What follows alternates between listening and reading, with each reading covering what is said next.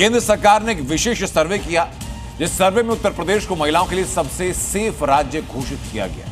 यानी योगी आदित्यनाथ के राज्य में महिलाओं के खिलाफ अगर अपराध हुआ तो अपराध का निपटारा भी हुआ, अपराधी को सजा भी मिली और 24 घंटे के अंदर अपराधियों का एनकाउंटर करके या उनको पकड़ करके जेल के अंदर डाल दिया गया। जो पुलिस पहले माफिया को सैल्यूट करती थी, वही माफिया जब इस सरकार के समय पुलिस की गिरफ्त में आए तो पैंट उसकी गीली हो गई। योगी का उत्तर प्रदेश महिलाओं के लिए सबसे सेफ। मिडनाइट में भी अगर हम बाहर निकलते हैं तो हम अपने आप को सेफ पाते हैं। यूपी में बेटियों के दुश्मन योगी फोर्स के निशाने पर यूपी के सीएम योगी आदित्यनाथ ने सूबे की सत्ता संभालते ही जो ऐलान किया वो सच साबित कर दिया। सीएम योगी ने साफ शब्दों में कहा था कि महिलाओं के खिलाफ अपराध करने वालों को किसी भी कीमत पर बख्शा नहीं जाएगा। हर बहन और हर बेटी की सुरक्षा करना इस सरकार का कार्य है, सरकार उसको भी करेगी।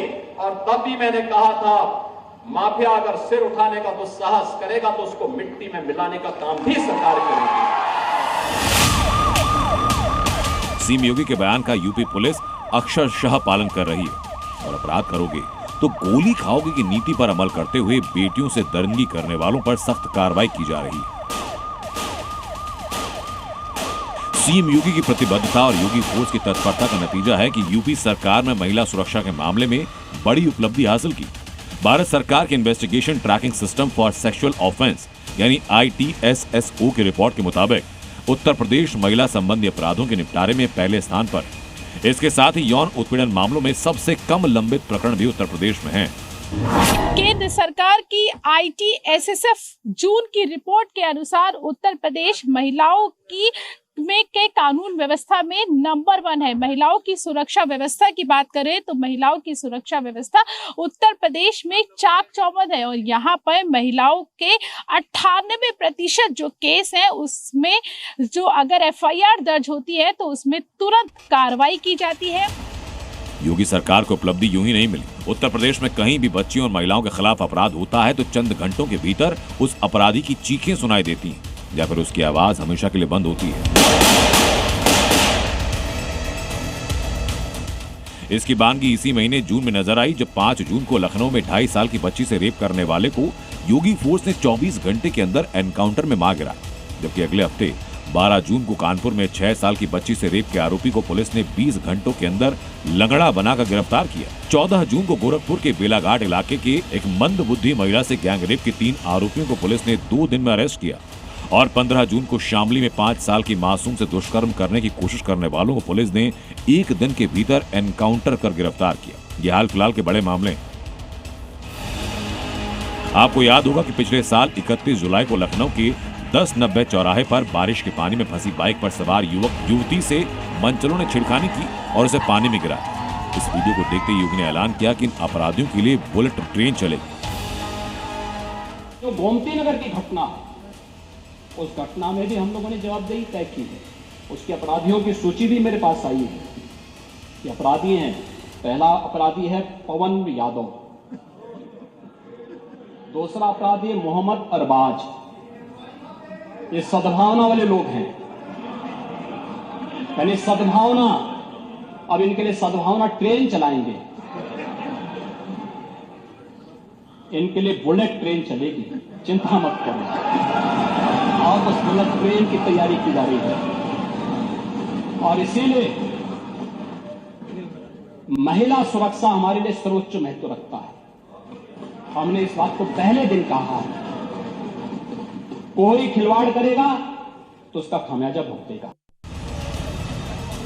योगी के वचन का यूपी पुलिस ने मान रखा और 4 दिनों के अंदर छेड़खानी के मुख्य आरोपी को कानपुर से गिरफ्तार कर सलाखों के पीछे डाला, जबकि बाकी आरोपियों पर भी शिकंजा कसा। इसलिए उत्तर प्रदेश में योगी सरकार बनने के बाद प्रदेश की बेटियां भी खुद को सुरक्षित महसूस करती हैं। से ये सरकार आई है, हमारे देश में क्राइम बहुत कम हो गया है और हम अपने आप को सेफ फील करते हैं। उत्तर प्रदेश हमारा काफ़ी सेफ है, स्पेशली महिलाओं के लिए भी काफ़ी इम्प्रूवमेंट हुआ है। मिडनाइट में भी अगर हम बाहर निकलते हैं तो हम अपने आप को सेफ पाते हैं। ये बहुत अच्छी पहल है और मुझे लगता है कि अभी तो 98.2 है, आगे आने वाले समय में 100% महिलाएं यूपी में सुरक्षित रहेंगी। जो महिला हेल्पलाइन दी गई है वो भी बहुत हेल्पफुल है। उसका यूज़ हम लोगों ने भी खुद भी किया है, करवाया है बच्चियों से भी, अपने स्टूडेंट से, और बहुत ही पॉजिटिव, बहुत अच्छा रिस्पांस रहा है। आज हम लोग कभी भी रात में 12 बजे, 1 बजे, 2 बजे ट्रैवलिंग करते हैं तो अपने घर सुरक्षित आते हैं और हमारे घर वाले बेफिक्र रहते हैं। योगी जी के राज्य में तो हम लोग अपने आप से बहुत कॉन्फिडेंस फील करते हैं। लड़कियां पहले शाम को घर आने के लिए कही जाती थीं, लेकिन अब ऐसा नहीं है। 11-12 बजे तक भी सड़कों पे सुरक्षित घूमती हैं। ये योगी की सुपर एक्टिव फोर्स है जो उत्तर प्रदेश में महिला अपराध से जुड़े 98% से ज्यादा मामले निपटा चुकी है और जो चंद अपराधी बचे हैं उनका नंबर बहुत जल्द आने वाला है, क्योंकि बेटियों और महिलाओं की सुरक्षा सीएम योगी की प्राथमिकता है। लखनऊ से प्रीति श्रीवास्तव के साथ ब्यूरो रिपोर्ट, जी मीडिया। और अब आपको बताता हूं कि योगी सरकार के दौरान पिछले 7 सालों में महिलाओं से अपराध के कितने मामले सामने आ चुके हैं, उसका पूरा लेखा जोखा आपके सामने। 17 दिसंबर 2024 को एक सरकारी रिपोर्ट के मुताबिक उत्तर प्रदेश में 7 साल के दौरान महिलाओं के खिलाफ 2,17,264 अपराध दर्ज हुए। इनमें 24,893 रेप के मामले, 17,491 दहेज और उत्पीड़न के मामले, 95,808 अपहरण के केस हैं। एक तरफ यूपी में योगी फोर्स सख्त है तो दूसरी तरफ यूपी के मंदिर प्रशासन भी बेकाबू होते हुए रीलबाजों पर सख्ती दिखा रहे। जो लोग रील बनाने के लिए धार्मिक स्थलों की शुचिता को नहीं छोड़ते, उन पर रील बनाने का नशा ऐसा सवार है कि मंदिरों के सामने खड़े होकर अश्लील गानों पर डांस कर रहे और ऐसे ही लोगों पर चाबुक चलाने के लिए, ऐसे ही लोगों पर अंकुश लगाने के लिए ड्रेस कोड लागू कर दिया गया है। अयोध्या टू केदारनाथ, बेकाबू धार्मिक स्थलों पर सख्ती, रील बाजों पर होगी पाबंदी। सोशल मीडिया पर छाने के लिए, लाइक्स बढ़ाने के लिए रील बाजों पर रील बनाने का ऐसा नशा है कि धार्मिक स्थलों की मर्यादाओं का खुलेआम उल्लंघन हो रहा है। मर्यादा पुरुषोत्तम भगवान की नगरी के महत्व, गरिमा को तार तार करने का दुस्साहस कर रहे हैं। लता चौक, रामपैरी पर जाकर के ऐसे फुहरता जैसे गानों पर डांस करके हमारी मर्यादा पुरुषोत्तम भगवान की नगरी को धूमिल करने का जो दुस्साहस कर रहा है, इसके ऊपर कठोर कार्रवाई होनी चाहिए। आम लोग भी धार्मिक गरिमा बनाए रखने के लिए ऐसे रीलबाजों पर लगाम लगाने की मांग कर रहे हैं। जिस तरह से धार्मिक महत्व का अपमान बढ़ता जा रहा है, उसे देखते हुए प्रयागराज के मनकामेश्वर मंदिर में ड्रेस कोड लागू किया गया। वहां पहले से कटे फटे कपड़े, हाफ पैंट में मंदिर में प्रवेश पर पाबंदी थी और अब सावन में होने वाले रुद्राभिषेक को देखते हुए ड्रेस कोड लागू किया गया, जिसमें रुद्राभिषेक के दौरान पुरुषों को धोती और महिलाओं को साड़ी पहनना अनिवार्य होगा। मंदिर में प्रवेश के लिए फुल पैंट और महिलाओं को सूट या साड़ी पहननी होगी। रुद्राभिषेक के समय लोग, जो भी व्यक्ति रुद्राभिषेक करेगा उसको धोती पहनना अनिवार्य होगा, महिलाओं को साड़ी पहनना और सूट पहनना अनिवार्य होगा, क्योंकि अभी देखा गया है कि लोग पैंट, जीन्स और बेल्ट लगाकर ही पूजन और रुद्राभिषेक करना शुरू कर देते हैं। कहीं न कहीं परंपराओं के साथ खिलवाड़ हो रहा है, इसलिए कड़ाई से इसका पालन सावन से कराया जाएगा और ये निरंतर आगे भी जारी रहेगा। संतों के मुताबिक हर मंदिर का अपना धार्मिक महत्व है, उसकी गरिमा है, जिसकी मर्यादा का पालन किया जाना चाहिए। लिहाजा जो लोग ऐसा नहीं करते उन पर कार्रवाई भी होनी चाहिए ताकि सनातन का सम्मान बना रहे। अयोध्या से प्रवेश पांडे के साथ ब्यूरो रिपोर्ट, जी मीडिया। और अब खबर उत्तर प्रदेश के पीलीभीत से, जहां ईसाई धर्म में गए 60 सिख परिवारों की घर वापसी कराई। कुछ दिनों पहले गरीब परिवार ईसाई मिशन से जुड़े लोगों से जुड़े और ईसाई धर्म में परिवर्तित कर चुके थे, जिसकी जानकारी सिख संगठनों को लगी तो उन्होंने मिलकर के इनकी घर वापसी कराई और ये सुनिश्चित किया कि जबरन धर्मांतरण पूरे इलाके में कहीं ना होगा। धर्मांतरण मिशन पर ईसाई मिशनरी। पीलीभीत में 60 सिख परिवारों की घर वापसी। नेपाल सीमा से लगे पीलीभीत के हजारा इलाके में 60 सिख परिवारों ने घर वापसी की। आरोप है कि ईसाई मिशनरी के लालच देने पर इन गरीब 60 सिख परिवारों ने कुछ दिन पहले ही ईसाई धर्म अपना लिया था, जिसकी जानकारी होने पर all India Sikh Punjabi welfare council, भारतीय सिख संगठन ने मिलकर इन परिवारों की घर वापसी कराई। और हाथ जोड़ के बेनती है बीबियां नूं कि मजाक नहीं करना, जेड़े अपने परिवार तो गए हैं वापस परिवार से आ गए, मजाक नहीं करना, हुल्लड़बाजी नहीं करनी। जानकारी के मुताबिक नेपाल सीमा से सटे पीलीभीत के पूरनपुर इलाके में 3000 से ज्यादा सिखों ने ईसाई धर्म अपना लिया था, जिसमें से टाटरगंज गांव के 500 लोगों ने कुछ दिन पहले ही घर वापसी की थी और 60 परिवारों की घर वापसी कराई गई। कि हम अपने घर वापस आए हैं तो गुरु घर में जाकर अरदास करके मत्था टेका है। हम लोगों को पूरा विश्वास है कि गुरु जो है उनको अगर पास ले आए अब दोबारा वो छोड़ के कभी नहीं जाएंगे। जिस मनोरथ के लिए हमने ये फंक्शन किया था वो हमारा मनोरथ हम समझ के भी हमने उसमें जो है कामयाबी हासिल किया। तो हम लोग समझते भी हमने ज़िंदगी में एक बहुत बड़ा मुकाम हासिल कर दिया कि अपने 60 परिवार हमने जो है अपने साथ ला के खड़े किए हैं। बताया जा रहा है कि यहाँ धर्म परिवर्तन की साजिशें पिछले कई सालों से चल रही हैं, लेकिन 2024 से ये काफी बड़ी हैं। इसके लिए नेपाल से सटे इलाकों में धर्मांतरण गैंग काफी एक्टिव है, जिन्होंने पीलीभीत में 6 गांवों के 3000 सिखों का धर्मांतरण किया। ये धर्मांतरण गैंग नेपाल के रास्ते आता है और सीमा पर मौजूद गाँव के लोगों को ईसाई धर्म अपनाने के लिए उकसाता है। दूसरे धर्म के है तो नहीं है, लेकिन चर्च बहुत बड़ा बन रहा है तो काम खड़े हो गए तो इसमें कोई ना कोई दाल में काला जरूर है। उस चर्च का विरोध किया तो धीरे धीरे पता चला कि हम लोगों में धुन जो है वो काफी दूर तक लग चुका है। लेकिन ये जत्थेबंदियाँ अपने अपने इलाके में बहुत बड़ी जत्थेबंदियाँ हैं। जब इनका साथ मिल जाएगा तो हम इस जो एक कालक जो हमारे पे लगी है इसको हम बड़ी जल्दी दूर करके अपने परिवारों को ईसाई धर्म में गए सिख परिवारों को वापस लाने के लिए भारतीय सिख संगठन ने आसपास के गांव में जत्थे भी बनाए हैं, जो सिख परिवारों को वापस लाने की कोशिश करेंगे। जी मीडिया के लिए पीलीभीत से मोहम्मद तारिक की रिपोर्ट। और अब बात भोपाल से, जहां साइबर पुलिस ने एक एडवाइजरी जारी की। उस एडवाइजरी में बताया गया कैसे जाल बिछाकर लव जिहाद के जाल में कैसे हिंदू बेटियों को फंसाया जा रहा है, कैसे हिंदुओं का जबरन शोषण कराया जा रहा है। और इस एडवाइजरी में लव जिहाद में फंसने से बचने के उपाय भी बताए गए हैं ताकि किसी भी तरीके से कोई भी बेटी इस प्रपंच का शिकार ना हो। एमपी में नहीं चलेगा लव जिहाद, मोहन फोर्स करेगी इलाज। जो लव जिहाद करेगा वो सलाखों के पीछे जाएगा। मध्य प्रदेश में पिछले कुछ महीनों में लव जिहाद के मामले जिस तेजी से बढ़े हैं, उससे न सिर्फ हिंदू संगठनों में आक्रोश है, बल्कि अब मोहन फोर्स भी पूरी तरह से एक्शन मोड में आ चुकी है।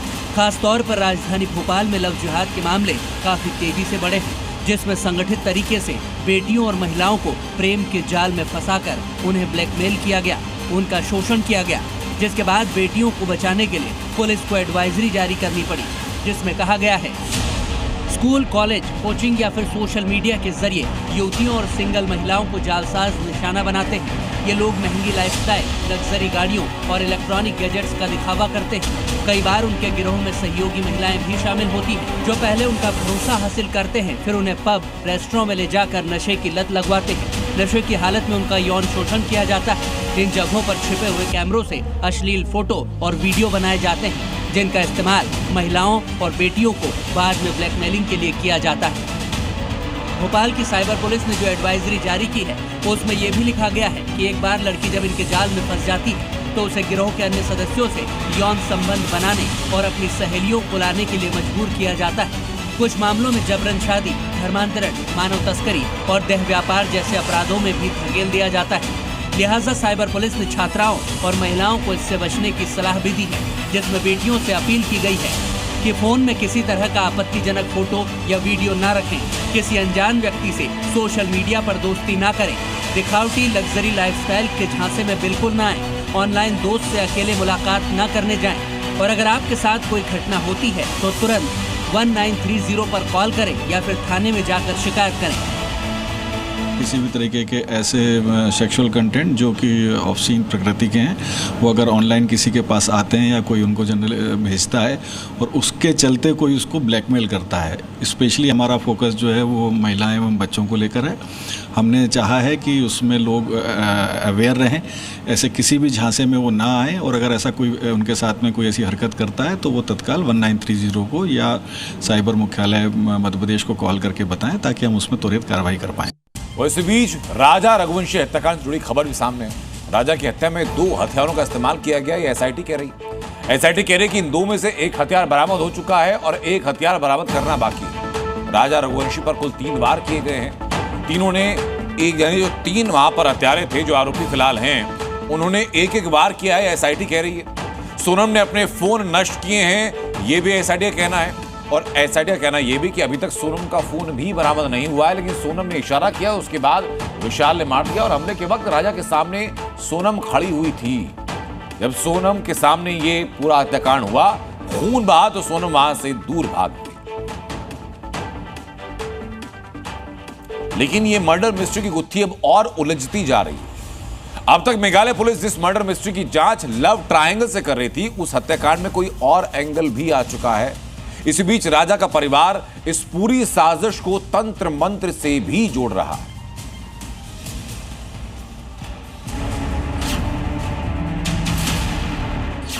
हत्या के पीछे लव ट्रायंगल या कोई और एंगल?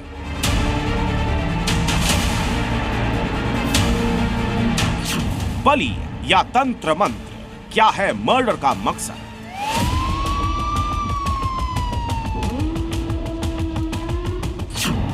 राजा रघुवंशी मर्डर मिस्ट्री 16 दिन बाद और उलझी। साल की सबसे बड़ी मर्डर मिस्ट्री सुलझने के बजाय और उलझती जा रही है। 16 दिन बाद भी अब तक यह साफ नहीं हो पाया है कि आखिर राजा रघुवंशी की हत्या क्यों की गई। राजा रघुवंशी मर्डर केस का असली मास्टरमाइंड कौन है? सोनम रघुवंशी या राज कुशवाहा?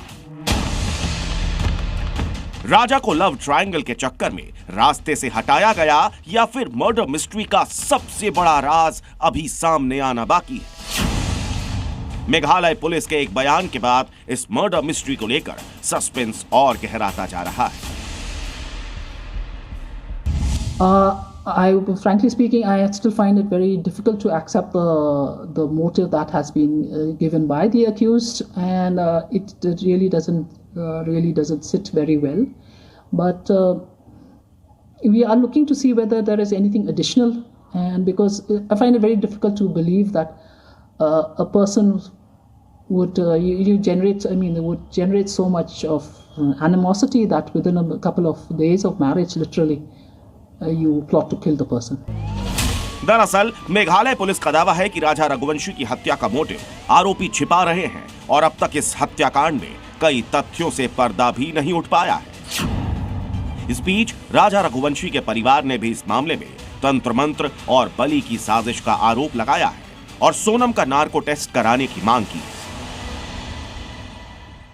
एक पापा ने फोटो उल्टी लगाई थी, एक वहाँ उल्टी जो फोटो लगाई थी वो सोचने मजबूर कर रही है जो तंत्र किया था। फिर उसके बाद उनकी लड़की राजा को ढेला फुसला के इंडिया में इतनी सारी जगह घूमने की है, उसको वहां लेके गई। जंग के 5वें दिन भी दोनों तरफ से ड्रोन और मिसाइल से हमले किए जा रहे। हालात ऐसे हो चुके हैं कि कभी भी युद्ध विश्व युद्ध में तब्दील होने की आशंका है। उसके पीछे की वजह है क्योंकि इजराइल और अमेरिका ने मिलकर के ईरान की तबाही का पूरा प्लान तैयार किया और अगले 3 दिन यानी 72 घंटों में ईरान पर एक बड़ी स्ट्राइक होने की आशंका भी है।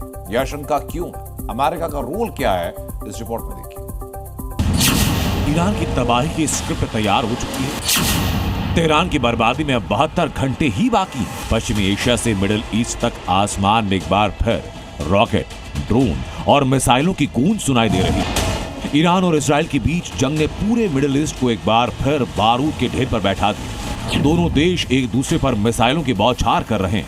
तेहरान से लेकर तेल अवीव तक सायरन की आवाज और धमाकों की गूंज से आम लोगों में दहशत का माहौल। 5वें दिन भी इजराइल और ईरान के बीच जंग जारी है, लेकिन अब कहा जा रहा है कि ईरान की बर्बादी का फाइनल ऑर्डर तैयार हो, यानी 72 घंटों के अंदर ईरान में बहुत कुछ बड़ा होने वाला है। इस बयान के मायने क्या?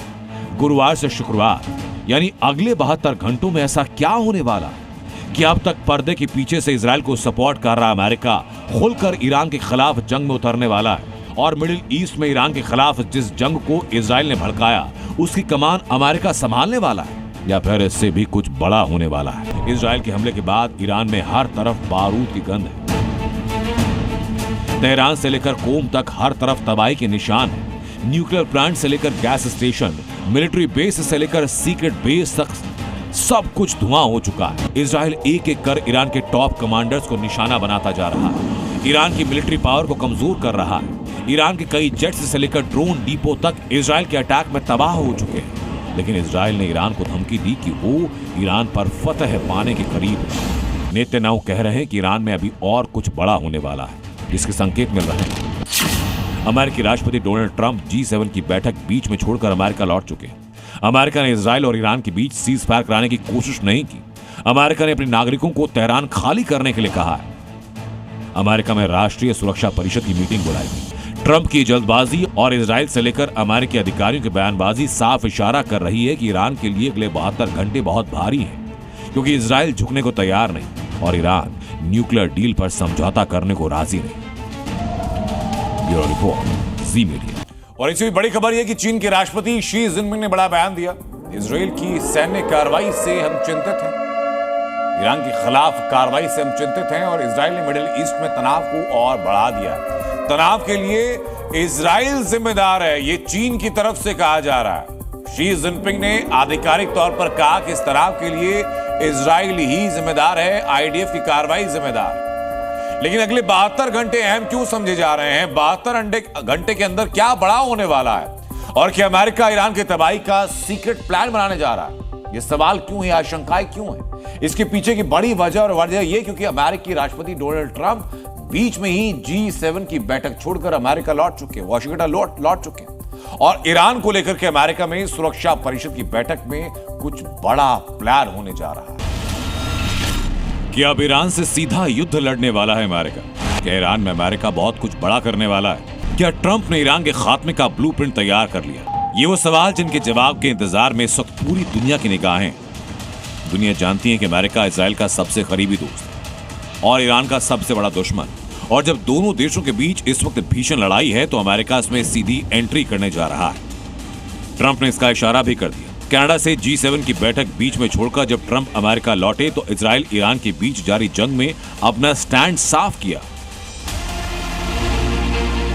ट्रंप ने बयान क्यों दिया, क्यों इसे ईरान के लिए बड़ा खतरा माना जा रहा है, उसके पीछे की वजह समझिए। ट्रंप ने ईरान के लोगों को तेहरान खाली करने के लिए कहा और अमेरिका ने तुरंत राष्ट्रीय सुरक्षा परिषद की बैठक बुलाई। मिडिल ईस्ट में अमेरिका ने सैनिकों की तैनाती बढ़ा दी। इजराइल ईरान की जंग शुरू होते ही ट्रंप ने इसमें शामिल होने की संभावना जताई, लेकिन अब यह सच होता नजर आ रहा है। ट्रंप ने ईरान को साफ चेतावनी दी कि वो इजराइल के साथ डील साइन ना करके बहुत बड़ी गलती कर रहा है। दरअसल इजराइल और ईरान के युद्ध में शामिल होने को लेकर अमेरिका वेट एंड वॉच के हालात में है। इसी बीच अमेरिका ने इंडो पैसिफिक बेड़े का अलर्ट लेवल बढ़ा दिया। अलर्ट लेवल को अल्फा से बढ़ाकर ब्रावो किया गया, जिसका मतलब है आतंकी हमले का खतरा। अमेरिकी युद्धपोतों से फाइटर जेट की गश्त बढ़ा दी गई। मध्य पूर्व में 12 F-22 और F-35 जेट तैनात किए जा रहे हैं। जिस तरह से जंग के मैदान में हालात बदल रहे हैं, जिस तरह से अमेरिका तैयारी कर रहा है, उसको देखकर लग रहा है कि अब ईरान के खिलाफ कुछ बड़ा होगा और अगर अमेरिका इस युद्ध में शामिल हुआ तो मिडिल ईस्ट में भीषण संग्राम शुरू। ईरान अमेरिकी ठिकानों पर हमला भी कर सकता है। इसके अलावा हिजबुल्लाह, हूती जैसे ग्रुप ईरान की मदद के लिए आगे आ सकते हैं। वैश्विक व्यापार में मंदी का खतरा बढ़ेगा और वर्ल्ड वॉर 3 की शुरुआत हो सकती है। दरअसल जब इजराइल और ईरान के बीच जंग का दायरा बढ़ेगा, अमेरिका की एंट्री होगी तो ईरान की बर्बादी तय है, क्योंकि ट्रंप पहले ही कह चुके हैं कि अगर ऐसा हुआ तो फिर ईरान में तबाही की तस्वीर कल्पना से परे होगी। ब्यूरो रिपोर्ट, जी मीडिया। वहीं इजराइल के हमलों में ईरान का नतांज परमाणु संयंत्र को भारी नुकसान पहुंचा है। अंतर्राष्ट्रीय परमाणु ऊर्जा एजेंसी यानी IAEA ने चौंकाने वाला दावा किया है। इजराइल के हमले पर IAEA की रिपोर्ट सामने आई है। IAEA की रिपोर्ट के मुताबिक ईरान के नतांज में हमले का असर हुआ है। नतांज परमाणु प्लांट का पर असर ये हुआ है। इसके अलावा अफसान और फोर्डो में असर कोई नहीं हुआ। ये IAEA की रिपोर्ट है। अमेरिका अगर ईरान के खिलाफ जंग छेड़ता है तो तबाही पक्की है, क्योंकि अमेरिका ने जो सीक्रेट प्लान तैयार किया उसके हिसाब से टारगेट पर ईरान के परमाणु ठिकाने हैं। IAEA की रिपोर्ट आप देख चुके, जो ब्रेकिंग न्यूज आपको बताई। तो वहीं न्यूक्लियर साइट जहां यूरेनियम संवर्धन के नाम पर ईरान ने एटमी हथियार बना लिए हैं, अमेरिका का दावा यह कि ईरान इसके बेहद करीब है और अगर ईरान इस तबाही से बचना चाहता है तो उसे अमेरिका के साथ डील करनी होगी कि वो कभी न्यूक्लियर हथियार नहीं बनाए। इजराइल वर्सेस ईरान, आगे और घमासान। ईरान के परमाणु बंकर ट्रंप के टारगेट पर। अमेरिका की कभी भी इजराइल और ईरान युद्ध में सीधी एंट्री हो सकती है, लेकिन इस युद्ध में उतरने से पहले अमेरिका ईरान को चेतावनी दे रहा है। कि अगर अब भी न्यूक्लियर प्रोग्राम को लेकर ईरान सरेंडर करता है तो ईरान पर आने वाली बड़ी तबाही थम सकती है। इतना ही नहीं, अमेरिकी राष्ट्रपति का यह भी दावा है कि ईरान एटम बम बनाने के बेहद करीब पहुंच चुका है। लेकिन अगर ईरान ने अमेरिका के साथ डील नहीं की तो फिर ट्रंप ने ईरान की तबाही का सीक्रेट प्लान तैयार कर लिया है। अमेरिकी मीडिया भी इसे लेकर बड़े दावे कर रहा है। न्यूयॉर्क टाइम्स के हवाले से जानकारी दी गई है कि अमेरिका ईरान पर बम गिराने पर विचार कर रहा है और ये बम फोर्डो परमाणु संवर्धन संयंत्र पर गिराए जाने का अनुमान है। ये वो जगह है जहां सिर्फ अमेरिका का सबसे आधुनिक B-2 बॉम्बर जेट ही पहुंच सकता है। यानी ईरानी परमाणु अड्डे पर यूएस अटैक की आशंका बढ़ गई है। अमेरिका के टारगेट पर फोर्डो न्यूक्लियर साइट है। अमेरिका फोर्डो पर हमले के बारे में विचार कर रहा है। फोर्डो न्यूक्लियर साइट में ही एटमी हथियार बनाने का शक है, क्योंकि फोर्डो न्यूक्लियर साइट जमीन से काफी नीचे है और इसको B-2 बॉम्बर जेट से ही तबाह किया जा सकता है। दरअसल जब से ईरान के साथ इजराइल की जंग छिड़ी तब से ही अमेरिका दूर से बैठकर तमाशा देख रहा है। डोनाल्ड ट्रंप सीधे तौर पर ईरान पर हमला तो नहीं कर रहे, लेकिन इजराइल की हर मोर्चे पर मदद कर रहे हैं। मीडिया रिपोर्ट्स के मुताबिक इजराइल ने ईरान के न्यूक्लियर प्लांट पर हमले के लिए अमेरिकी मिसाइलों का इस्तेमाल किया। खबर है कि 3000 हेलफायर मिसाइलें अमेरिका ने गुप्त रूप से इजराइल में भेजी थी और इन्हीं मिसाइलों के दम पर इजराइल ने ईरान के परमाणु ठिकानों पर हमला किया। अब आपको यह बता दें कि आखिर हेलफायर मिसाइल्स का इस्तेमाल ही इजराइल ने क्यों किया। दरअसल हेलफायर हवा से जमीन पर हमला करने वाला मिसाइल है। इनका वजन करीब 45 से 50 किलोग्राम और रेंज 8 से 11 किलोमीटर होती है। हेलफायर का उपयोग ड्रोन, हेलीकॉप्टर्स और फाइटर जेट से हो सकता है। यह मिसाइल टैंक और बंकर्स को भी तबाह करने में सक्षम है। इसमें हाई एक्सप्लोसिव या मेटल ऑगमेंटेड वॉरहेड्स होते हैं। लेजर गाइडेड होने की वजह से इसका निशाना सटीक होता है। यानी अमेरिका के वार से ईरान का बचना मुश्किल ही नहीं, नामुमकिन है। और अब तो अमेरिका ने ईरान को लास्ट वार्निंग भी दे दी। अगर अब भी ईरान ने अमेरिका के साथ डील नहीं की तो फिर तेहरान की तबाही तय है। ब्यूरो रिपोर्ट, ज़ी मीडिया। ईरान के परमाणु ठिकानों को तबाह करने के लिए अमेरिका B-2 बॉम्बर जेट का इस्तेमाल कर सकता है। ये क्या है? ये एक स्टेल्थ जेट है, B-2 स्पिरिट। ये इतना एडवांस है कि किसी भी रडार की पकड़ में नहीं आता, यानी आसानी से रडार को चकमा दे सकता है और लंबी दूरी तय कर सकता है। ये एक बार में 11,000 किलोमीटर तक उड़ान भर सकता है और रिफ्यूलिंग के बाद 19,000 किलोमीटर तक उड़ान भरने की क्षमता है। इसके साथ ही B-2 बॉम्बर जेट में परमाणु हमला करने की क्षमता है। और खास बात ही कि अमेरिका अपने इस B-2 बॉम्बर जेट के बारे में किसी भी मित्र देश से कोई जानकारी साझा नहीं करता। ईरान और इजराइल के बीच तनाव के बाद तेहरान में लगातार हालात खराब होते जा रहे हैं। इस तनाव के बीच कई भारतीय छात्र तेहरान में फंसे हैं, जिन्हें भारतीय दूतावास तेहरान से निकाल करके सुरक्षित स्थान पर पहुंचाना शुरू कर चुका है। तेहरान में बिगड़े हालात, रेस्क्यू में जुटी सरकार। तेहरान में फंसे रिजवान शाहिद, योगी कराएंगे एयरलिफ्ट तेहरान टू आर्मेनिया, वापस लौटेंगे इंडिया। आंखों में बेटे की चिंता और जुबान पर मदद की गुहार। तस्वीरें यूपी के गाजियाबाद की, जहां एक परिवार ईरान में फंसे अपने बच्चे के लिए सरकार से मदद की गुहार लगा रहा है। विनती कर रहा है कि उनके बच्चे को जंगी हालात से निकालकर सही सलामत वतन वापस लाया जाए। हमें नहीं पता कि वो कहाँ है और किस जगह है, कैसे है, तो हम प्रधानमंत्री जी से ये गुहार करते हैं कि जी हमारा बच्चा और अन्य भारतीय जितने भी वहाँ पर हैं उन्हें सबको बुला के उनकी माओ के हवाले कर दिया जाए।